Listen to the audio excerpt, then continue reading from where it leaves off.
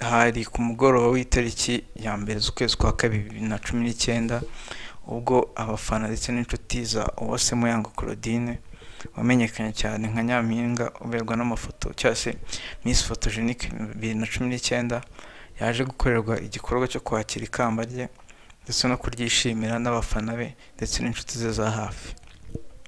Muri iki gikorwa hagaragayemo ba Nyampinga be bari kumwe na Claudine Muyango muri bootcamp aribo Uwasesangwa Odile wabaye ndetse igisonga cya kabiri cya Nyampinga w'u Rwanda 2019.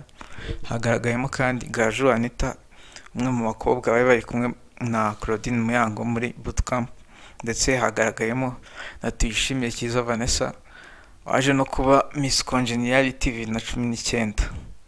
Uretse abo kandi hari n'izindi nshuti zitandukanye nk'uko mubibona mu mafoto. Byari ibirori byiza byatangiye ahagana mu masambiri ubwo Miss Muyango Claudine yahageraga ndetse n'abanyampinga